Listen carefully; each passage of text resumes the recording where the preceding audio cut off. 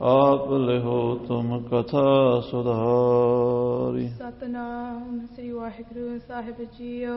इम विचार बोले गुरु तठ नदी बिपासा। नगरी गोइंदवाल है श्री सतगुर बासा। तिस मह मोहन अब बस है बड़ मस्त सुभाऊ।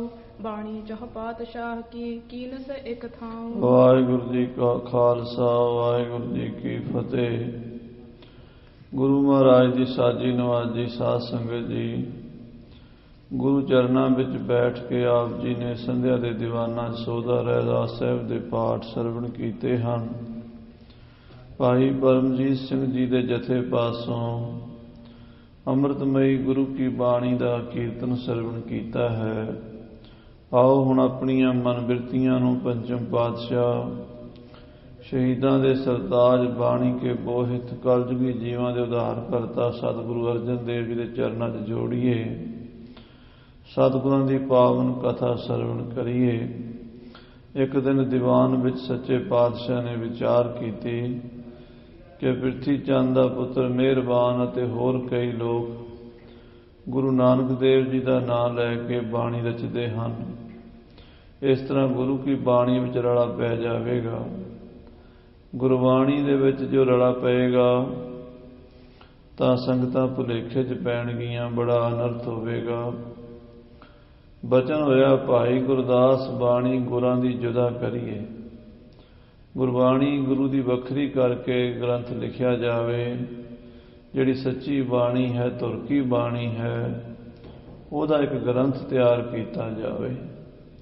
ਇਹ ਵਿਚਾਰ ਕਰਕੇ ਸਭਾ ਵਿੱਚ ਮਹਾਰਾਜ ਨੇ ਬਚਨ ਕੀਤਾ, ਭਾਈ ਗੋਇੰਦਵਾਲ ਸਾਹਿਬ ਸਾਡੇ ਮਾਮਾ ਜੀ ਮਾਮਾ ਮੋਹਨ ਜੀ ਦੇ ਕੋਲ ਗੁਰਬਾਣੀ ਦੀਆਂ ਪੋਥੀਆਂ ਹਨ ਜਿਨ੍ਹਾਂ 'ਚ 4 ਪਾਤਸ਼ਾਹੀਆਂ ਦੀ ਬਾਣੀ ਦਰਜ ਹੈ। ਕੋਈ ਗੁਰਸਿੱਖ ਜਾ ਕੇ ਪੋਥੀਆਂ ਲਿਆਓ। ਪੰਜਵੇਂ ਪਾਤਸ਼ਾਹ ਬਚਨ ਕਿਸ ਤਰ੍ਹਾਂ ਕਰ ਰਹੇ ਨੇ ਸਰਵਣ ਕਰੀਏ। ਪਿਆਰ ਨਾਲ ਆਖੀਏ ਸਤਨਾਮ ਸ੍ਰੀ ਵਾਹਿਗੁਰੂ ਸਾਹਿਬ ਜੀ। ਸਤਨਾਮ ਸ੍ਰੀ ਵਾਹਿਗੁਰੂ ਸਾਹਿਬ ਜੀ। ਇਮ ਵਿਚਾਰ ਬੋਲੇ ਗੁਰੂ ਤਟ ਨਦੀ ਬਿਪਾਸਾ। ਇਹ ਵਿਚਾਰ ਕਰਕੇ ਮਹਾਰਾਜ ਬਚਨ ਕਰਦੇ ਨੇ ਵੀ ਬਿਆਸਾ ਨਦੀ ਦੇ ਕੰਢੇ ਤੇ ਨਗਰੀ ਗੋਇੰਦਵਾਲ ਹੈ ਸ਼੍ਰੀ ਸਤਗੁਰ ਬਾਸਾ। ਸ੍ਰੀ ਗੁਰੂ ਅਮਰਦਾਸ ਮਹਾਰਾਜ ਦੀ ਨਗਰੀ ਗੋਇੰਦਵਾਲ ਸਾਹਿਬ ਹੈ। ਤਿਸ ਮਹਿ ਮੋਹਨ ਅਬ ਬਸ ਹੈ ਬੜ ਮਸਤ ਸੁਭਾਉ। ਉੱਥੇ ਸਾਡੇ ਮਾਮਾ ਜੀ ਮਾਮਾ ਮੋਹਨ ਜੀ ਰਹਿੰਦੇ ਹਨ ਜਿਨ੍ਹਾਂ ਦਾ ਸੁਭਾਅ ਬੜਾ ਮਸਤਾਨਾ ਹੈ। ਉਹ ਸੰਸਾਰ ਵੱਲੋਂ ਪੂਰੀ ਤਰ੍ਹਾਂ ਬਿਰਖਤ ਰਹਿੰਦੇ ਹਨ। ਇੰਨੇ ਮਸਤ ਸਨ ਵੀ ਇੱਕ ਲੰਗੋਟੀ ਤੋਂ ਬਿਨਾਂ ਕੋਈ ਕੱਪੜਾ ਨਹੀਂ ਸੀ ਪਾਉਂਦੇ। ਸਾਰੇ ਸਰੀਰ ਤੇ ਸਿਰ ਤੇ ਵੀ ਕੁਛ ਨਹੀਂ ਸੀ ਬੰਨ੍ਹਦੇ, ਪਿੰਡੇ ਤੇ ਵੀ ਕੋਈ ਕੱਪੜਾ ਨਹੀਂ, ਬਸ ਇੱਕ ਲੰਗੋਟੀ ਜੀ ਲੱਕ ਨੂੰ ਬੰਨ੍ਹਦੇ ਸਨ। ਔਰ ਜ਼ਿਆਦਾਤਰ ਆਪਣੇ ਕੋਠੇ ਦੇ ਚੁਬਾਰੇ ਸਾਹਿਬ ਦੇ ਅੰਦਰ ਕੁੰਡੀ ਲਾ ਕੇ ਬੈਠਦੇ ਸਨ, ਬਾਹਰ ਨਹੀਂ ਸੀ ਨਿਕਲਦੇ। ਆਪਣੀ ਮਸਤੀ 'ਚ ਕਈ 10-15 ਦਿਨਾਂ ਪਿੱਛੋਂ ਮਹੀਨੇ ਪਿੱਛੋਂ ਬਾਹਰ ਨਿਕਲਦੇ ਤੇ ਆਪੇ ਸਿੱਧੇ ਸਿੱਧੇ ਤੁਰੀ ਜਾਂਦੇ। 2-2 ਮੀਲ 4-4 ਮੀਲ ਚਲੇ ਜਾਂਦੇ। ਆਪਣੀ ਮੌਜ ਵਿੱਚ ਹੀ ਵਾਪਸ ਆ ਕੇ ਬੈਠ ਜਾਂਦੇ। ਜੇ ਪ੍ਰਸ਼ਾਦਾ ਵੀ ਉਹਨਾਂ ਨੂੰ ਕੋਈ ਦਿੰਦਾ ਤੇ ਪ੍ਰਸ਼ਾਦਾ 2 ਹੱਥਾਂ ਨਾਲ ਇੱਦਾਂ ਛਕਦੇ ਜਿਵੇਂ ਛੋਟਾ ਜਿਹਾ ਬੱਚਾ ਰੋਟੀ ਮੂੰਹ 'ਚ ਪਾਉਂਦਾ ਹੈ, ਸਾਲ 6 ਮਹੀਨੇ ਦਾ ਬੱਚਾ। ਇਸ ਤਰ੍ਹਾਂ ਦੀ ਬਾਲ ਅਵਸਥਾ ਵਾਲੀ ਜਿਹੜੀ ਚੇਸ਼ਟਾ ਸੀ ਇਹ ਬਾਬਾ ਮੋਹਨ ਜੀ ਕਰਿਆ ਕਰਦੇ ਸਨ। ਯਾਨੀ ਸੰਸਾਰ ਵੱਲੋਂ ਇਹ ਜੋ ਦਿਸਦੀ ਸ੍ਰਿਸ਼ਟੀ ਹੈ, ਮਾਇਕ ਪਸਾਰਾ ਹੈ, ਇਹਦੇ ਵੱਲੋਂ ਬਿਰਤੀ ਬਿਲਕੁਲ ਉਪਰਾਮ ਹੋ ਚੁੱਕੀ ਸੀ, ਪਰੇ ਹੋ ਚੁੱਕੀ ਸੀ। ਗੁਰਮੁਖ ਅੰਤਰ ਸਹਿਜ ਹੈ ਮਨ ਚੜ੍ਹਿਆ 10ਵੇਂ ਆਕਾਸ਼। ਤਿੱਥੈ ਊਂਘ ਨ ਭੁੱਖ ਹੈ ਅਰ ਅੰਮ੍ਰਿਤ ਨਾਮ ਸੁਖਵਾਸ। ਨਾਨਕ ਦੁੱਖ ਸੁਖ ਵਿਆਪਤ ਨਹੀਂ ਜਿੱਥੇ ਆਤਮ ਰਾਮ ਪ੍ਰਗਾਸ। ਉਹ ਅਵਸਥਾ ਜਿੱਥੇ ਹਰ ਵੇਲੇ ਅਕਾਲ ਪੁਰਖ ਦੀ ਜੋਤ ਦੇ ਹੀ ਦਰਸ਼ਨ ਹੁੰਦੇ ਹਨ। ਇਹ ਅੰਕਾਰ ਸੰਸਾਰ ਦਿਸਦਾ ਨਹੀਂ। ਜਬ ਆਕਾਰ ਇਹੋ ਕਛ ਨਾ ਦ੍ਰਿਸ਼ਟੇਤਾ। ਜਦੋਂ ਇਹ ਸੰਸਾਰ ਦਿਸਦਾ ਨਹੀਂ, ਦ੍ਰਿਸ਼ਟੀਮਾਨ ਨਹੀਂ ਹੁੰਦਾ, ਉਹ ਅਵਸਥਾ ਨੂੰ ਬ੍ਰਹਮ ਗਿਆਨ ਦੀ ਤੁਰੀਆ ਪਦ ਕਹਿੰਦੇ, ਚੌਥਾ ਪਦ। ਉੱਥੇ ਭਾਈ ਸਾਹਿਬ ਭਾਈ ਮੋਹਨ ਜੀ ਪਹੁੰਚੇ ਹੋਏ ਹਨ। ਹਾਂਜੀ। ਬਾਣੀ ਚਹ ਪਾਤਸ਼ਾਹ ਕੀ ਕੀਨਸ ਇੱਕ ਥਾਂ। ਗੁਰੂ ਅਰਜਨ ਦੇਵ ਜੀ ਕਹਿੰਦੇ 4 ਗੁਰੂਆਂ ਦੀ ਬਾਣੀ ਉਹਨਾਂ ਦੇ ਕੋਲ ਇੱਕ ਥਾਂ ਤੇ ਇਕੱਠੀ ਪੋਥੀਆਂ 'ਚ ਲਿਖੀ ਹੋਈ ਹੈ। ਵੱਡੋ ਪੁੱਤਰ ਗੁਰ ਅਮਰ ਕੋ ਕਿਸ ਕਾਨ ਨ ਠਾਨੇ। ਬਾਬਾ ਮੋਹਨ ਜੀ ਗੁਰੂ ਅਮਰਦਾਸ ਜੀ ਦੇ ਵੱਡੇ ਪੁੱਤਰ ਹਨ ਔਰ ਬੇਪਰਵਾਹ ਹਨ, ਕਿਸੇ ਦੀ ਪਰਵਾਹ ਨਹੀਂ ਕਰਦੇ। ਸਕਲ ਸ਼ਬਦ ਤਿਸ ਪਾਸ ਤੇ ਕੋ ਕਿਸ ਬਿਦ ਅਨ। ਹੁਣ ਕੋਈ ਇਹੋ ਜਿਹਾ ਗੁਰਮੁਖ ਦੱਸੋ ਜਿਹੜਾ ਬਾਬੇ ਮੋਹਨ ਕੋਲੋਂ ਪੋਥੀਆਂ ਲੈ ਆਵੇ। ਕੋਈ ਜਿਹੜਾ ਉਹਨਾਂ ਦੇ ਕੋਲੋਂ ਪੋਥੀਆਂ ਲਿਆ ਸਕੇ ਉਹ ਕੋਈ ਉਤਰੇ ਮੈਦਾਨ ਵਿੱਚ ਆਵੇ ਭਾਈ ਸਾਹਮਣੇ। ਹਾਂਜੀ, ਕੋ ਉਪਾਏ ਕਰ ਪਾਏ ਹਮ ਸਗਰੀ ਗੁਰਬਾਣੀ। ਮਹਾਰਾਜ ਕਹਿੰਦੇ ਕਿਹੜਾ ਉਪਰਾਲਾ ਕਰਕੇ ਗੁਰਬਾਣੀ ਦਾ ਉਹ ਖਜ਼ਾਨਾ ਸਾਨੂੰ ਪ੍ਰਾਪਤ ਹੋਵੇ। ਪੀੜ ਕਰਹਿ ਪੁਨ ਏਕ ਥਲ ਹਿਤ ਜਗ ਕਲਿਆਣੀ। ਫਿਰ ਸੰਸਾਰ ਦੇ ਭਲੇ ਲਈ ਅਸੀਂ ਸ੍ਰੀ ਗੁਰੂ ਗ੍ਰੰਥ ਸਾਹਿਬ ਦਾ ਸਰੂਪ ਲਿਖਵਾਈਏ, ਸਾਰੀ ਗੁਰਬਾਣੀ ਦੀ ਇੱਕ ਬੀੜ ਇੱਕ ਜਿਲਦ ਤਿਆਰ ਕਰੀਏ। ਸਭਾ ਵਿੱਚ ਬੈਠਿਓ ਹੋ ਤੋ ਭਾਈ ਗੁਰਦਾਸੂ। ਜਦੋਂ ਗੁਰੂ ਅਰਜਨ ਦੇਵ ਜੀ ਨੇ ਬਚਨ ਭਰੀ ਸਭਾ ਵਿੱਚ ਕਹੇ ਤਾਂ ਉੱਥੇ ਭਾਈ ਗੁਰਦਾਸ ਜੀ ਵੀ ਬੈਠੇ ਸਨ। ਸੁਨਤ ਕਹਿਓ ਕਰ ਜੋੜ ਕਰ ਹਾਂ ਪਹੁੰਚੋ ਪਾਸੂ। ਹੱਥ ਜੋੜ ਕੇ ਭਾਈ ਗੁਰਦਾਸ ਜੀ ਮਹਾਰਾਜ ਨੂੰ ਬੇਨਤੀ ਕਰਨ ਲੱਗੇ, ਹੇ ਸੱਚੇ ਪਾਤਸ਼ਾਹ ਜੀ ਮਹਾਰਾਜ, ਆਪ ਜੀ ਦਾ ਹੁਕਮ ਹੋਵੇ ਤੇ ਮੈਂ ਬਾਬਾ ਮੋਹਨ ਜੀ ਕੋਲ ਜਾਂਦਾ ਹਾਂ। ਪੋਥੀ ਸਗਰੀ ਆਨ ਹੋ ਆਇਸ ਨਿਜ ਦੀਜੈ। ਮੈਨੂੰ ਹੁਕਮ ਦਿਓ ਮੈਂ ਜਾ ਕੇ ਪੋਥੀਆਂ ਲਿਆਉਣ। ਭਾਈ ਗੁਰਦਾਸ ਜੀ ਨੂੰ ਮਾਣ ਇਹ ਸੀ ਵੀ ਬਾਬਾ ਮੋਹਨ ਸਾਡੇ ਤਾਏ ਦਾ ਪੁੱਤ ਭਰਾ ਲੱਗਦਾ, ਸਕੇ ਤਾਏ ਦਾ ਪੁੱਤ ਹੈ ਤੇ ਛੋਟੇ ਭਰਾ ਦੀ ਇੰਨੀ ਗੱਲ ਤਾਂ ਮੰਨੇਗਾ ਹੀ, ਪੋਥੀਆਂ ਤਾਂ ਦੇ ਦੇਵੇਗਾ। ਪੋਥੀਆਂ ਮੈਂ ਲਿਆਉਣਾ ਕਿਹੜੀ ਗੱਲ ਹੈ। ਬਾਬਾ ਭਾਈ ਗੁਰਦਾਸ ਜੀ ਬੜੇ ਮਾਣ ਦੇ ਨਾਲ ਬੜੇ ਵਿਸ਼ਵਾਸ ਦੇ ਨਾਲ ਬੋਲੇ। ਹਾਂਜੀ, ਮੋਹਨ ਮਿਲ ਮੋਹਰੀ ਮੋਹ ਕੋ ਸਮਝੀਜੈ। ਮਹਾਰਾਜ ਮੈਨੂੰ ਦੱਸੋ, ਹੁਕਮ ਕਰੋ ਮੈਂ ਜਾਂਦਾ ਹਾਂ। ਬਾਬਾ ਮੋਹਨ ਜੀ ਨੂੰ ਵੀ ਬੇਨਤੀ ਕਰਾਂਗਾ, ਪੋਥੀਆਂ ਲਿਆਵਾਂਗਾ, ਬਾਬਾ ਮੋਹਰੀ ਜੀ ਨੂੰ ਵੀ ਮਿਲਾਂਗਾ। ਮੋਹਨ ਜੀ ਵੱਡੇ ਸਨ, ਮੋਹਰੀ ਜੀ ਛੋਟੇ, ਦੋ ਭਰਾ ਸਨ ਗੁਰੂ ਅਮਰਦਾਸ ਦੇ ਸਾਹਿਬਜ਼ਾਦੇ। ਤਾਂ ਬਾਬਾ ਮੋਹਨ ਜੀ ਨੂੰ ਤੇ ਬਾਬਾ ਮੋਹਰੀ ਜੀ ਨੂੰ ਮਿਲ ਕੇ ਮੈਂ ਪੋਥੀਆਂ ਲੈ ਕੇ ਆ ਜਾਵਾਂ। ਹਾਂਜੀ, ਸ਼੍ਰੀ ਅਰਜਨ ਸੁਨ ਬਾਖ ਕੋ ਔਰ ਗਰਬਤ ਜਾਨਾ। ਮਹਾਰਾਜ ਗੁਰੂ ਅਰਜਨ ਦੇਵ ਜੀ ਨੇ ਜਾਣਿਆ ਵੀ ਭਾਈ ਗੁਰਦਾਸ ਜੀ ਥੋੜੇ ਜਿਹੇ ਹੰਕਾਰ ਵਿੱਚ ਬੋਲ ਰਹੇ ਨੇ, ਮਾਣ ਵਿੱਚ ਬੋਲ ਰਹੇ ਨੇ। ਦੁਨਿਆਵੀ ਸਾਧ ਸੰਗਤ ਦੀ ਹੰਕਾਰ ਦੇ ਵੀ ਬੜੇ ਰੂਪ ਨੇ। ਜਿੰਨੀ ਸ੍ਰਿਸ਼ਟੀ ਹੈ ਸਾਰੀ ਹਉਮੈ ਵਿੱਚ ਹੀ ਚੱਲਦੀ ਹੈ, ਪਰ ਪਰਮਾਤਮਾ ਦੀ ਪ੍ਰਾਪਤੀ ਹਉਮੈ ਨੂੰ ਮਿਟਾ ਕੇ ਹੁੰਦੀ ਹੈ। ਹਉਮੈ ਦੇ ਨਾਲ ਸੰਸਾਰ ਦੇ ਕੰਮ ਮੈਂ ਕਰਕੇ ਹੀ ਚੱਲਦੇ ਨੇ। ਮੈਂ ਕੀਤਾ, ਮੈਂ ਕਰਾਂਗਾ, ਮੈਂ ਇਹ ਕਰ ਦਿਆਂਗਾ, ਮੈਂ ਉਹ ਕਰ ਦਿਆਂਗਾ। ਹਰ ਬੰਦਾ ਥੋੜਾ ਬੜਾ ਇਦਾਂ ਹੀ ਗੱਲ ਕਰਦਾ। ਮੈਂ ਤੋਂ ਬਿਨਾਂ ਗੱਲ ਵੀ ਨਹੀਂ ਹੁੰਦੀ, ਮੈਂ ਤੋਂ ਬਿਨਾਂ ਬੋਲਿਆ ਹੀ ਨਹੀਂ ਜਾਂਦਾ। ਤੋ ਪਰ ਥੋੜਾ ਜਿਹਾ ਮਾਣ ਸੀਗਾ ਭਾਈ ਗੁਰਦਾਸ ਜੀ ਨੂੰ ਵੀ ਪੋਥੀਆਂ ਮੈਂ ਲੈ ਆਵਾਂਗਾ, ਗੱਲ ਕਿਹੜੀ ਹੈ। ਮਹਾਰਾਜ ਜਾਣ ਗਏ ਵੀ ਥੋੜਾ ਜਿਹਾ ਹੰਕਾਰ ਇਹਨਾਂ ਦੇ ਅੰਦਰ ਆਇਆ ਹੋਇਆ ਆਪਣੇ ਭਾਈ ਬੰਧੂ ਦਾ, ਵੀ ਤਾਏ ਦਾ ਪੁੱਤ ਹੈ ਬਾਬਾ ਮੋਹਨ। ਹਾਂਜੀ, ਬਿਨਾ ਨਾਮ ਇਸ ਕੇ ਲੈ ਮੈਂ ਲਿਆਉਂ ਬਖਾਨਾ। ਇਹਨਾਂ ਦਾ ਅਸੀਂ ਨਾਂ ਨਹੀਂ ਲਿਆ, ਇਹਨਾਂ ਨੂੰ ਅਸੀਂ ਹੁਕਮ ਨਹੀਂ ਦਿੱਤਾ ਤੇ ਇਹਨਾਂ ਨੇ ਇੱਕਦਮ ਕਹਿਤਾ ਮੈਂ ਲੈ ਆਵਾਂਗਾ, ਮੈਂ ਲੈ ਆਵਾਂਗਾ, ਮੈਂ ਲੈ ਆਵਾਂਗਾ ਪੋਥੀਆਂ। ਇਹਨਾਂ ਦੇ ਅੰਦਰ ਥੋੜੀ ਜਿਹੀ ਮੈਂ ਆਈ ਹੈ। ਹਾਂਜੀ, ਜਾਹੋ ਕਹਿਓ ਤਿਸ ਕਾਲ ਮਹਿ ਗੁਰ ਹਿਰਦੈ ਵਿਚਾਰੀ। ਮਹਾਰਾਜ ਨੇ ਵਿਚਾਰ ਕੀਤੀ ਵੀ ਚਲੋ ਇਹਨਾਂ ਨੂੰ ਵੀ ਜ਼ੋਰ ਲਾ ਲੈਣ ਦਈਏ। ਨਾਲੇ ਗੁਰੂ ਜੀ ਨੇ ਸਾਧ ਸੰਗਤ ਜੀ ਸਾਨੂੰ ਸਮਝਾਉਣਾ ਸੀ ਵੀ ਗੁਰਬਾਣੀ ਦਾ ਮੁੱਲ ਕੀ ਹੈ, ਗੁਰਬਾਣੀ ਦੀ ਕੀਮਤ ਕੀ ਹੈ, ਸਾਨੂੰ ਦੱਸਣਾ ਸੀ, ਹੋਰ ਗੱਲ ਕੁਛ ਨਹੀਂ। ਲਿਆ ਤਾਂ ਭਾਈ ਗੁਰਦਾਸ ਵੀ ਸਕਦੇ ਨੇ, ਬਾਬਾ ਬੁੱਢਾ ਜੀ ਵੀ, ਪਰ ਸਾਨੂੰ ਸਮਝਾਉਣ ਲਈ ਲੀਲਾ ਗੁਰੂ ਜੀ ਨੇ ਰਚਾਈ। ਭਾਈ ਗੁਰਦਾਸ ਦੇ ਮਨ 'ਚ ਥੋੜੀ ਜਿਹੀ ਹਉਮੈ ਆਈ, ਉਹਨਾਂ ਬਚਨ ਕੀਤਾ ਮੈਂ ਲੈ ਆਵਾਂ। ਮਹਾਰਾਜ ਕਹਿੰਦੇ ਚੰਗਾ ਫਿਰ ਲੈ ਆਓ। ਹਾਂਜੀ, ਬਾਣੀ ਹੱਥ ਨਾ ਆਏ ਹੈ ਹੋਏ ਨਿਰਹੰਕਾਰੀ। ਮਹਾਰਾਜ ਕਹਿੰਦੇ ਇਹਨਾਂ ਨੂੰ ਮਨ 'ਚ ਸੋਚਦੇ ਗੁਰੂ ਅਰਜਨ ਦੇਵ ਜੀ ਵੀ ਗੁਰਬਾਣੀ ਇਹਨਾਂ ਦੇ ਹੱਥ ਨਹੀਂ ਆਉਣੀ, ਇਹਨਾਂ ਦਾ ਮਾਣ ਟੁੱਟ ਜਾਏਗਾ, ਹੰਕਾਰ ਟੁੱਟ ਜਾਏਗਾ, ਬਾਣੀ ਇਹਨਾਂ ਨੂੰ ਨਹੀਂ ਮਿਲਣੀ।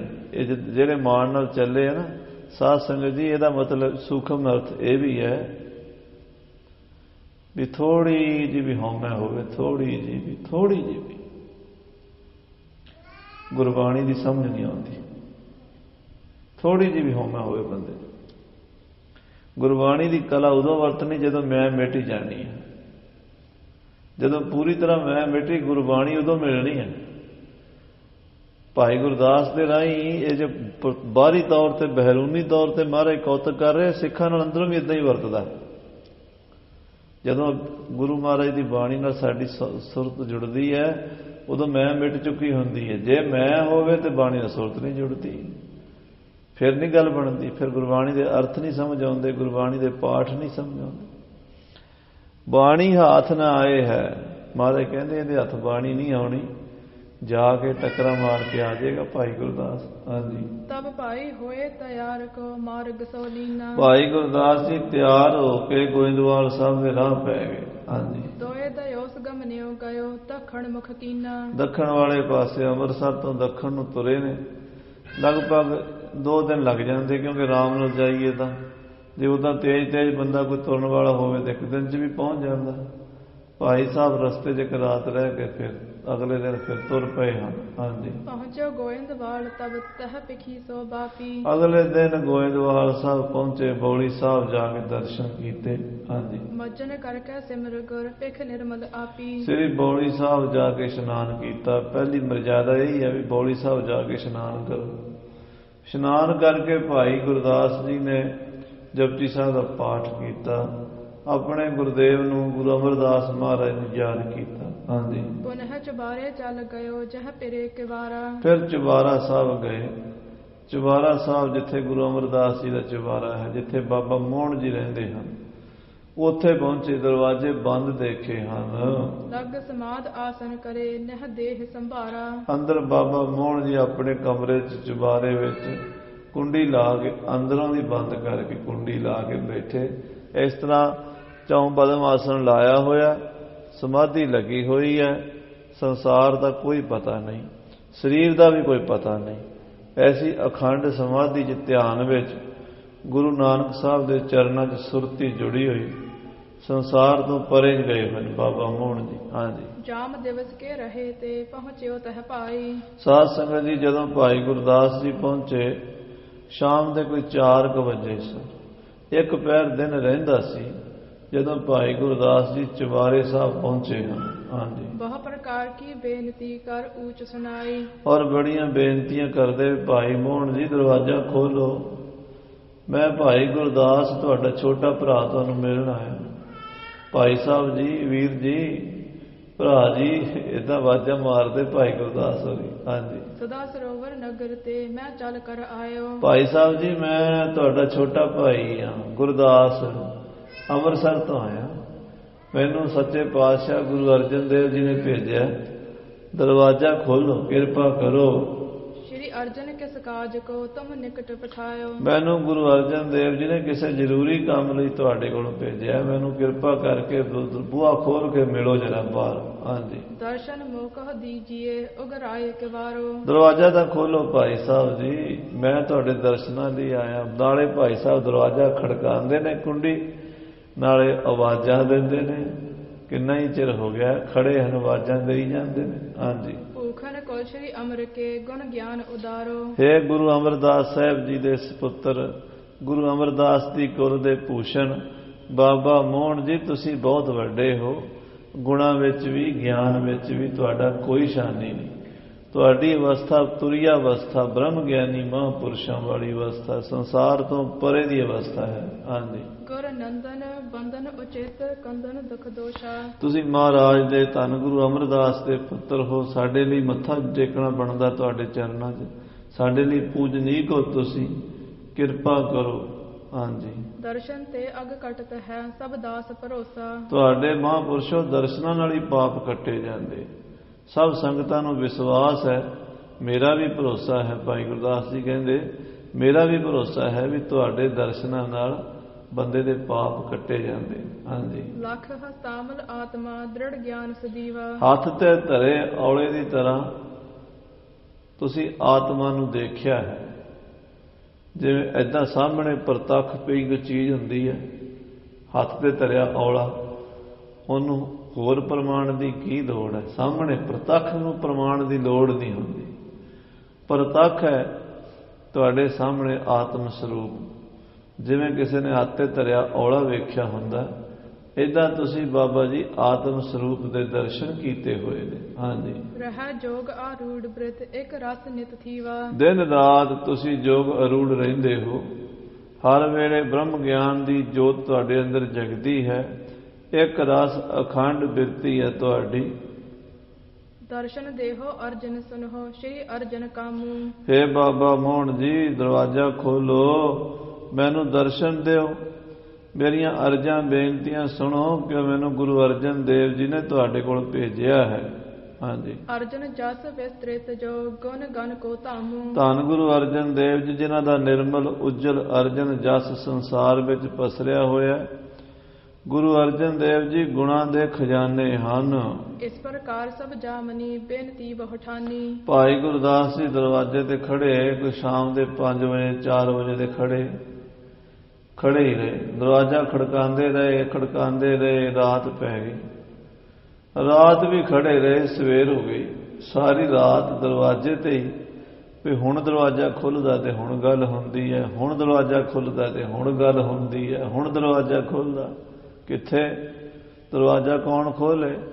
ਦਰਵਾਜ਼ਾ ਖੋਲ੍ਹਣ ਵਾਲੇ ਤਾਂ ਕਿਤੇ ਹੋਰ ਹੀ ਪਹੁੰਚੇ ਹੋਏ ਹੈ। ਸੱਚਖੰਡ ਵਿੱਚ ਸੁਰਤੀ ਚੜ੍ਹੀ ਹੋਈ ਹੈ, 10ਵੇਂ ਦੁਆਰ ਵਿੱਚ ਬਿਰਤੀ ਲੱਗੀ ਹੋਈ ਹੈ। ਉਹਨਾਂ ਨੂੰ ਤਾਂ ਆਪਣੇ ਸਰੀਰ ਦਾ ਵੀ ਨਹੀਂ ਪਤਾ, ਉਹਦੇ ਸਰੀਰ ਤੋਂ ਵੀ ਪਰੇ ਗਏ ਹੋਏ ਨੇ। ਬਾਬੇ ਮੋਹਣ ਨੇ ਸਾਰੀ ਰਾਤ ਹੀ ਦਰਵਾਜ਼ਾ ਨਹੀਂ ਖੋਲ੍ਹਿਆ। ਹਾਂਜੀ। ਨੰਦਨ ਸ਼੍ਰੀ ਗੁਰ ਅਮਰ ਕੋ ਨਹਿ ਬੋਲਿਓ ਬਾਣੀ। ਗੁਰੂ ਅਮਰਦਾਸ ਦਾ ਸਾਹਿਬਜ਼ਾਦਾ ਬਾਬਾ ਮੋਹਣ ਕੁਛ ਵੀ ਨਹੀਂ ਬੋਲਿਆ, ਕੁਛ ਵੀ ਨਹੀਂ ਬੋਲਿਆ। ਅੰਦਰੋਂ ਇਹ ਵੀ ਨਹੀਂ ਆਖਿਆ ਵੀ ਦਰਵਾਜ਼ਾ ਨਹੀਂ ਖੋਲ੍ਹਣਾ। ਉਹਨੂੰ ਤਾਂ ਪਤਾ ਵੀ ਨਹੀਂ ਵੀ ਕੋਈ ਬਾਹਰ ਦਰਵਾਜ਼ੇ ਤੇ ਖੜਾ ਕਿ ਨਹੀਂ ਖੜਾ, ਕਿਉਂਕਿ ਉਹਦੀ ਤਾਂ ਬਿਰਤੀ ਸੰਸਾਰ ਤੋਂ ਪਰੇ ਹੈ, ਉਪਰਾਮ ਬੜੀ ਉੱਚੀ ਗਈ ਹੋਈ ਹੈ। ਜੇ ਪਤਾ ਵੀ ਹੈ ਤਾਂ ਵੀ ਇਸ ਪਾਸੇ ਆਉਣ ਨੂੰ ਉਹਨਾਂ ਦੀ ਬਿਰਤੀ ਨਹੀਂ। ਉਹ ਪਰੇ ਹਨ। ਜਿੱਥੇ ਸੰਸਾਰ ਨਹੀਂ ਹੈ ਉੱਥੇ ਉਹਨਾਂ ਦਾ ਵਾਸਾ ਹੈ। ਹਾਂਜੀ। ਭਾਈ ਭਾਰ ਲਖ ਔਰ ਨੇ ਭਾਈ ਸਮਝਾਇਓ। ਸਾਧ ਸੰਗਤ ਜੀ, ਰਾਤ ਬੀਤ ਗਈ, ਸਵੇਰਾ ਹੋਇਆ। ਭਾਈ ਮੋਹਰੀ ਨੇ ਗੁਰੂ ਅਮਰਦਾਸ ਜੀ ਦੇ ਬਾਕੀ ਪਰਿਵਾਰ ਦੇ ਜੀਆਂ ਨੇ ਆ ਕੇ ਭਾਈ ਗੁਰਦਾਸ ਨੂੰ ਦੱਸਿਆ, ਸਮਝਾਇਆ। ਹਾਂਜੀ। ਇਹ ਮਨ ਮਸਤ ਸਦੀਵ ਹੈ ਨਹਿ ਬੁਲਤ ਬੁਲਾਇਓ। ਦੇਖੋ ਭਾਈ ਗੁਰਦਾਸ ਜੀ, ਕਿਉਂ ਤੁਸੀਂ ਟੱਕਰਾਂ ਮਾਰਦੇ ਹੋ? ਇਹ ਮਸਤ ਬੰਦਾ, ਇਹਨੇ ਕਿਸੇ ਦੀ ਨਾ ਸੁਣੀ ਹੈ ਨਾ ਸੁਣਨੀ ਹੈ। ਇਹ ਆਪਣੀ ਮਸਤੀ 'ਚ ਹੈ। ਗੁਰਮੁਖ ਅੰਤਰ ਸਹਿਜ ਹੈ, ਮਨ ਚੜ੍ਹਿਆ 10ਵੇਂ ਆਕਾਸ਼। ਇਹਦੀ ਬਿਰਤੀ 10ਵੇਂ ਦੁਆਰ ਵਿੱਚ ਚੜ੍ਹੀ ਹੋਈ ਹੈ। ਇਹ ਤਾਂ ਆਪਣੀ ਮਸਤੀ 'ਚ ਮਹੀਨਾ ਕਮਰਿਓਂ ਬਾਹਰ ਨਹੀਂ ਨਿਕਲਦਾ। ਜੇ ਬਾਹਰ ਨਿਕਲਦਾ ਹੈ ਤੇ ਨਦੀ ਵੱਲ ਸਿੱਧਾ ਹੀ ਤੁਰੀ ਜਾਂਦਾ। ਸੇਵਾਦਾਰ ਮੋੜ ਕੇ ਲਿਆਉਂਦੇ ਨੇ, ਫਿਰ ਆਪਣੇ ਆਸਣ ਤੇ ਬੈਠ ਕੇ ਫਿਰ ਸਮਾਧੀ ਲਾ ਲੈਂਦਾ। ਇਹ ਜਿਹੜੀ ਅਵਸਥਾ ਹੈ ਭਾਈ ਸਾਹਿਬ ਜੀ, ਇਹ ਦੁਨੀਆ ਤੋਂ ਪਰੇ ਦੀ ਅਵਸਥਾ ਹੈ ਇਹਨਾਂ ਦੀ।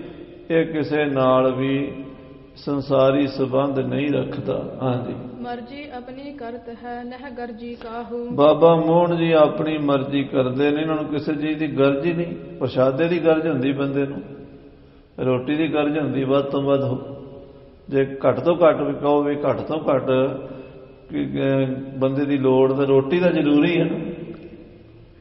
ਕੱਪੜਾ ਤਾਂ ਇਹ ਪਹਿਨਦੇ ਨਹੀਂ, ਇੱਕ ਲੰਗੋਟੀ ਰੱਖਦੇ ਆ। ਰੋਟੀ ਦੀ ਵੀ ਇਹਨਾਂ ਨੂੰ ਮਹੀਨਾ ਲੋੜ ਕੋਈ ਨਹੀਂ। ਜੇ ਕੋਈ ਰੋਟੀ ਰੱਖਦਾ ਵੀ ਅੱਗੇ, ਦੋਵਾਂ ਹੱਥਾਂ ਨਾਲ ਚੁੱਕ ਕੇ ਇਦਾਂ ਖਾਂਦੇ ਹਨ ਜਿਵੇਂ ਨਿੱਕਾ ਨਿਆਣਾ ਖਾਂਦਾ। ਕਿਉਂਕਿ ਸੰਸਾਰ ਕੀ ਕਹਿ ਰਿਹਾ ਹੈ, ਸੰਸਾਰ ਦੀ ਮਰਜ਼ਾਦਾ ਕੀ, ਉਹ ਪਤਾ ਹੀ ਨਹੀਂ, ਖਤਮ ਹੀ ਹੋ ਗਈ। ਸੰਸਾਰ ਤੋਂ ਪਰੇ ਦੀ ਅਵਸਥਾ ਇਹਨਾਂ ਦੀ। ਇਹ ਮਸਤਾਨੇ ਕਿਸੇ ਹੋਰ ਰੰਗ ਵਿੱਚ, ਰੱਬੀ ਰੰਗ ਵਿੱਚ ਮਸਤ ਹੋ ਚੁੱਕੇ ਹਨ। ਹਾਂਜੀ। ਹਰ ਜੀ ਸੁਨ ਹੈ ਨਾ ਕਹੇ ਤੇ ਹਰ ਜੀ ਮਨ ਮਾਹੂ। ਇਹਨਾਂ ਦੇ ਹਰ ਵੇਲੇ ਹਰ ਜੀ ਮਨ ਮਾਹੂ। ਹਰੀ ਪ੍ਰਮਾਤਮਾ ਇਹਨਾਂ ਦੇ ਮਨ 'ਚ ਵਸਦਾ ਹੈ, ਹਰੀ 'ਚ ਵਸਦੇ ਨੇ। ਇਹ ਤਾਂ ਆਰਾਮ ਕਬੀਰਾ ਏਕ ਭਏ ਹੈ ਕੋਏ ਨਾ ਸਕੇ ਪਛਾਨੀ। ਇਹ ਤਾਂ ਹੁਣ ਰੱਬ ਨਾਲ ਇੱਕਮਿਕ ਹੋ ਗਏ ਨੇ। ਹਰ ਜਨ ਦੋਈ ਏਕ ਹੈ, ਬਿਬ ਵਿਚਾਰ ਕਛ ਨਾਹੀ। ਜਲ ਤੇ ਉਪਜ ਤਰੰਗ ਜਿਉ ਜਲ ਹੀ ਵਿਖੈ ਸਮਾਹੇ। ਤੇ ਪ੍ਰਮਾਤਮਾ ਦਾ ਰੂਪ ਹੋ ਗਏ ਨੇ। ਇਹ ਕਿਸੇ ਦੀ ਬੇਨਤੀ ਜਾਂ ਕਿਸੇ ਦੀ ਆਵਾਜ਼ ਨਹੀਂ ਸੁਣਦੇ। ਇਹਨਾਂ ਤੱਕ ਹੁਣ ਆਵਾਜ਼ ਸਾਡੀ ਤੁਹਾਡੀ ਨਹੀਂ ਅੱਪੜ ਸਕਦੀ। ਭਾਈ ਗੁਰਦਾਸ ਜੀ ਜਿੱਥੇ ਇਹ ਪਹੁੰਚੇ ਹੋਏ ਨੇ, ਉੱਥੇ ਸਾਡੀਆਂ ਆਵਾਜ਼ਾਂ ਨਹੀਂ ਪਹੁੰਚਦੀਆਂ। ਹਾਂਜੀ। ਦਰ ਖੁਲਾਵਨੇ ਹੇਤ ਕੋ ਬਹੁ ਕਰੇ ਉਪਾਉ। ਸਾਰੀ ਰਾਤ ਭਾਈ ਗੁਰਦਾਸ ਜੀ ਕੁੰਡਾ ਖੜਕਾਉਂਦੇ ਰਹੇ। ਬਾਬੇ ਮੋਹਣ ਨੇ ਚੁਬਾਰਾ ਨਹੀਂ ਖੋਲਿਆ, ਦਰਵਾਜ਼ਾ ਨਹੀਂ ਖੋਲਿਆ। ਹਾਂਜੀ। ਬਚ ਹਾਰਿਓ ਗੁਰਦਾਸ ਤਬ ਬਸ ਚੱਲਿਓ ਨਾ ਕਾਉ। ਭਾਈ ਗੁਰਦਾਸ ਜੋਰ ਲਾ ਥੱਕੇ, ਬਸ ਕੁਛ ਨਹੀਂ ਚੱਲਿਆ। ਬੜੇ ਮਾਣ ਨਾਲ ਤੁਰੇ ਸੀ ਅੰਮ੍ਰਿਤਸਰ, ਪੋਥੀਆਂ ਮੈਂ ਲੈ ਕੇ ਹੁਣੇ ਆ ਜਾਗਾ, ਪਰ ਇੱਥੇ ਆ ਕੇ ਸਾਰਾ ਮਾਣ ਟੁੱਟ ਗਿਆ। ਹਾਂਜੀ। ਔਰ ਉਦਾਸ ਬਹੁ ਹੋਏ ਕੈ ਬੀੜਾ ਉਪਜਾਈ। ਮਨ ਵਿੱਚ ਬੜੇ ਉਦਾਸ ਹੋਏ, ਸ਼ਰਮ ਵੀ ਪੈਦਾ ਹੋਈ ਵੀ ਹੁਣ ਮਹਾਰਾਜ ਦੇ ਦਰਬਾਰ 'ਚ ਕੀ ਜਾ ਕੇ ਮੂੰਹ ਦਿਖਾਵਾਂਗਾ। ਉੱਥੇ ਮਹਾਰਾਜ ਨੇ ਪੁੱਛਣਾ, ਲਿਆਓ ਜੀ ਪੋਥੀਆਂ ਲੈ ਆਇਓ, ਤੇ ਕੀ ਕਹਾਂਗਾ? ਵੀ ਦਰਵਾਜ਼ਾ ਵੀ ਨਹੀਂ ਖੋਲ੍ਹਿਆ ਅਗਲੇ ਨੇ ਤਾਂ। ਮੈਂ ਬੜੇ ਮਾਣ ਨਾਲ ਆਇਆ ਸੀ। ਭਾਈ ਸਾਹਿਬ ਜੀ ਸ਼ਰਮ ਵਿੱਚ ਆ ਗਏ। ਹਾਂਜੀ, ਕਛ ਨਾ ਕਾਜ ਭਾ ਮੈਂ ਆਇਓ ਅਬ ਕਾਇਆ ਮੁਖ ਜਾਈ। ਹੁਣ ਕਿਹੜੇ ਮੂੰਹ ਨਾਲ ਗੁਰੂ ਸਾਹਿਬ ਨੂੰ ਜਵਾਬ ਦਈਏ ਜਾ ਕੇ। ਬੜੇ ਮਾਣ ਨਾਲ ਮੈਂ ਆਇਆ ਸੀ ਵੀ ਮੈਂ ਤਾਂ ਲੈ ਕੇ ਆਇਆ ਸਮਝੋ ਪੋਥੀਆਂ। ਹਾਂਜੀ, ਸਦਾ ਸਰੋਵਰ ਮਗ ਪਰਿਓ ਪਹੁੰਚਿਓ ਪੁਨ ਆਈ। ਭਾਈ ਗੁਰਦਾਸ ਜੀ ਵਾਪਸ ਸ੍ਰੀ ਅੰਮ੍ਰਿਤਸਰ ਨੂੰ ਤੁਰ ਪਏ ਤੇ ਸ੍ਰੀ ਅੰਮ੍ਰਿਤਸਰ ਆ ਪਹੁੰਚੇ। ਹਾਂਜੀ, ਸ਼੍ਰੀ ਅਰਜਨ ਰਾਜ ਹੈ ਜਹਾਂ ਨਿਜ ਗਰੀਬ ਨਿਵਾਈ। ਜਿੱਥੇ ਗੁਰੂ ਅਰਜਨ ਦੇਵ ਜੀ ਮਹਾਰਾਜ ਬਿਰਾਜਮਾਨ ਹਨ ਉੱਥੇ ਆ ਕੇ ਗੁਰੂ ਚਰਨਾਂ 'ਚ ਮੱਥਾ ਟੇਕਿਆ। ਹਾਂਜੀ, ਕਹੀ ਜੋਰ ਕਰ ਬਾਰਤਾ ਮੈਂ ਕਰੇ ਉਪਾਉ। ਮਹਾਰਾਜ ਸਾਹਿਬ ਨੂੰ ਸਾਰੀ ਗੱਲ ਹੱਥ ਜੋੜ ਕੇ ਭਾਈ ਗੁਰਦਾਸ ਜੀ ਦੱਸ ਰਹੇ, ਸੱਚੇ ਪਾਤਸ਼ਾਹ ਮੈਂ ਬੜੇ ਉਪਾਅ ਕੀਤੇ। ਮੈਂ ਦਰਵਾਜ਼ਾ ਖੜਕਾਉਂਦਾ ਰਿਹਾ, ਆਵਾਜ਼ਾਂ ਮਾਰਦਾ ਰਿਹਾ। ਮਹਾਰਾਜ ਕੁਝ ਘੰਟਾ 2 ਘੰਟੇ ਨਹੀਂ, ਮੈਂ ਪੂਰੀ ਰਾਤ ਖੜਾ ਰਿਹਾ ਬੂਹੇ ਤੇ ਵੀ ਕਦੋਂ ਭਾਈ ਸਾਹਿਬ ਬੂਹਾ ਖੋਲ ਦੇਣ ਤੇ ਉਹਨਾਂ ਨੂੰ ਬੇਨਤੀ ਕਰਕੇ ਪੋਥੀਆਂ ਲੈ ਲਵਾਂ। ਹਾਂਜੀ, ਦਰ ਕੇ ਵਾਰ ਖੋਲੇ ਨਹੀਂ ਬਸ ਚੱਲਿਓ ਨਾ ਕਾਉ। ਪਰ ਭਾਈ ਮੋਹਣ ਨੇ ਦਰਵਾਜ਼ਾ ਹੀ ਨਹੀਂ ਖੋਲਿਆ। ਮੇਰਾ ਕੋਈ ਵਾਸ ਨਹੀਂ ਚੱਲਿਆ ਮਹਾਰਾਜ। ਮੈਂ ਵਾਪਸ ਆ ਗਿਆ, ਪੋਥੀਆਂ ਨਹੀਂ ਲਿਆ ਸਕਿਆ, ਮੈਨੂੰ ਅਫਸੋਸ ਹੈ। ਹਾਂਜੀ, ਰਹੇ ਪੁਕਾਰਤ ਸਭ ਨਿਸਾ ਕੁਛ ਬਾਕ ਨਾ ਬੋਲਾ। ਸਾਰੀ ਰਾਤ ਮੈਂ ਪੁਕਾਰਾਂ ਕਰਦਾ ਰਿਹਾ, ਸਾਰੀ ਰਾਤ ਮੈਂ ਬੇਨਤੀਆਂ ਕਰਦਾ ਰਿਹਾ, ਪਰ ਭਾਈ ਮੋਹਣ ਨੇ, ਮੇਰੇ ਵੱਡੇ ਭਾਈ ਨੇ ਦਰਵਾਜ਼ਾ ਨਹੀਂ ਖੋਲਿਆ। ਹਾਂਜੀ, ਲਿਓ ਆਪ ਕੋ ਨਾਮ ਭੀ ਦਰ ਤਉ ਨਾ ਖੋਲਾ। ਮੈਂ ਤੁਹਾਡਾ ਨਾਮ ਲੈ ਕੇ ਵੀ ਆਵਾਜ਼ਾਂ ਦਿੰਦਾ ਰਿਹਾ ਵੀ ਮੈਨੂੰ ਮਹਾਰਾਜ 5ਵੇਂ ਪਾਤਸ਼ਾਹ ਨੇ ਭੇਜਿਆ। ਤੁਹਾਡਾ ਨਾਮ ਸੁਣ ਕੇ ਵੀ ਉਹਨਾਂ ਨੇ ਕੋਈ ਦਰਵਾਜ਼ਾ ਨਹੀਂ, ਪਤਾ ਨਹੀਂ ਉਹਨਾਂ ਨੂੰ ਆਵਾਜ਼ ਮੇਰੀ ਪਹੁੰਚਦੀ ਸੀ ਕਿ ਨਹੀਂ। ਮੈਂ ਤਾਂ ਬੜੀਆਂ ਆਵਾਜ਼ਾਂ ਦਿੱਤੀਆਂ, ਤੁਹਾਡਾ ਨਾਮ ਵੀ ਲਿਆ ਬਾਰ-ਬਾਰ, ਪਰ ਉਹਨਾਂ ਨੇ ਬੂਹਾ ਨਹੀਂ ਖੋਲਿਆ। ਹਾਂਜੀ, ਅਮਰ ਅੰਸ਼ ਜੇ ਅਪਰ ਥੇ ਤਿਨ ਮੁਝ ਸਮਝਾਇਓ। ਗੁਰੂ ਅਮਰਦਾਸ ਸਾਹਿਬ ਜੀ ਦੇ ਦੂਸਰੇ ਪੁੱਤਰ ਬਾਬਾ ਮੋਹਰੀ ਜੀ ਨੇ ਮੈਨੂੰ ਸਮਝਾਇਆ। ਹਾਂਜੀ, ਮਸਤ ਰਹਿ ਇਹ ਤੋ ਸਦਾ ਕਹਿ ਮੋਹਿ ਹਟਾਇਓ। ਕਹਿਣ ਲੱਗੇ ਭਰਾ ਗੁਰਦਾਸ ਜੀ ਇਹਨਾਂ ਨੇ ਕੋਈ ਨਹੀਂ ਬੂਹਾ ਖੋਲਣਾ, ਇਹ ਤਾਂ ਮਸਤਾਨੇ ਰਹਿੰਦੇ, ਤੁਹਾਨੂੰ ਪਤਾ ਹੀ ਹੈ, ਤੁਸੀਂ ਕਿਹੜਾ ਨਹੀਂ ਦੇ ਜਾਣਦੇ, ਬਚਪਨ ਤੋਂ ਜਾਣਦੇ ਹੋ। ਚਾਚੇ ਤਾਏ ਦੇ ਪੁੱਤਰ ਸੀਗੇ।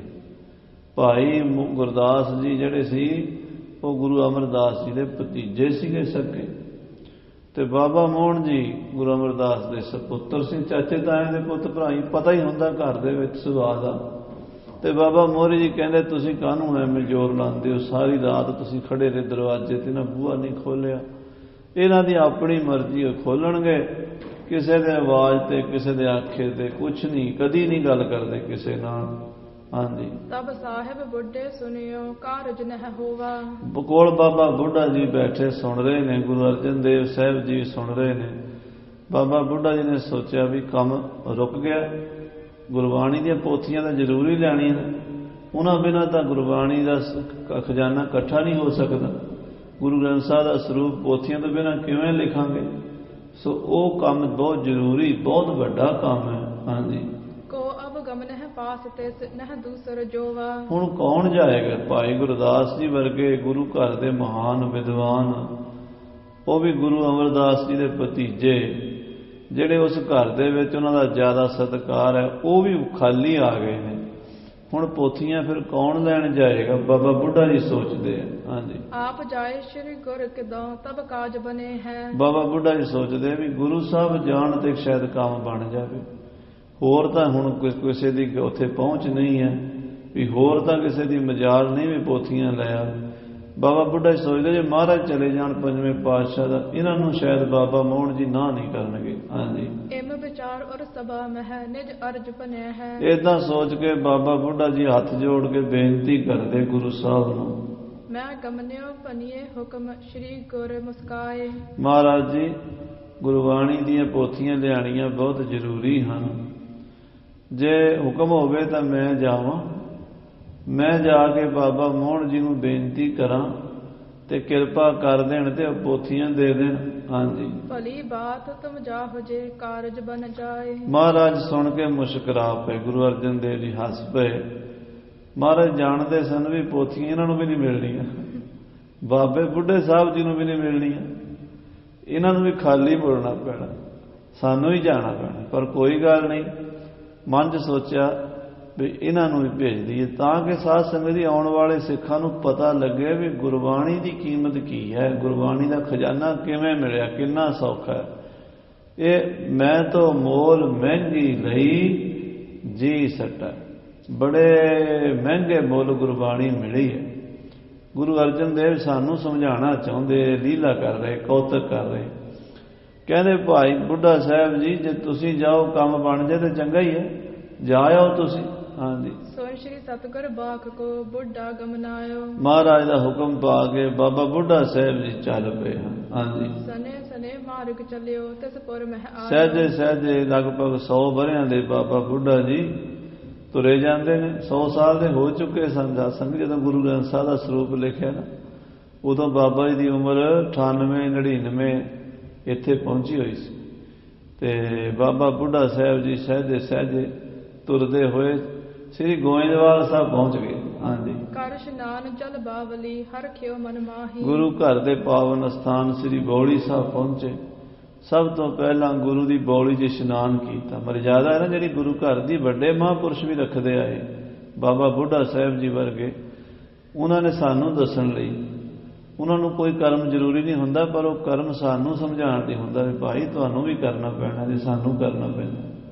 ਪਹਿਲਾਂ ਬੌਲੀ ਸਾਹਿਬ ਇਸ਼ਨਾਨ ਕੀਤਾ, ਸ੍ਰੀ ਜਪਜੀ ਸਾਹਿਬ ਦਾ ਪਾਠ ਕੀਤਾ। ਹਾਂਜੀ, ਕਯੋ ਚੁਬਾਰੇ ਕੋ ਬਹਰ ਮੋਹਨ ਕੇ ਪਾਹੀ। ਫਿਰ ਕੱਪੜੇ ਬਦਲ ਕੇ ਬਾਬਾ ਬੁੱਢਾ ਸਾਹਿਬ ਜੀ ਚੁਬਾਰੇ ਸਾਹਿਬ ਪਹੁੰਚੇ। ਬਾਬੇ ਮੋਹਣ ਦੇ ਚੁਬਾਰੇ, ਗੁਰੂ ਅਮਰਦਾਸ ਦੇ ਚੁਬਾਰੇ 'ਚ। ਹਾਂਜੀ, ਫਿਰ ਇੱਕ ਪਾਠ ਬਲੋਕ ਕੈ ਪਨ ਊਚ ਉਚਾਰਾ। ਦਰਵਾਜ਼ਾ ਬੰਦ ਸੀ।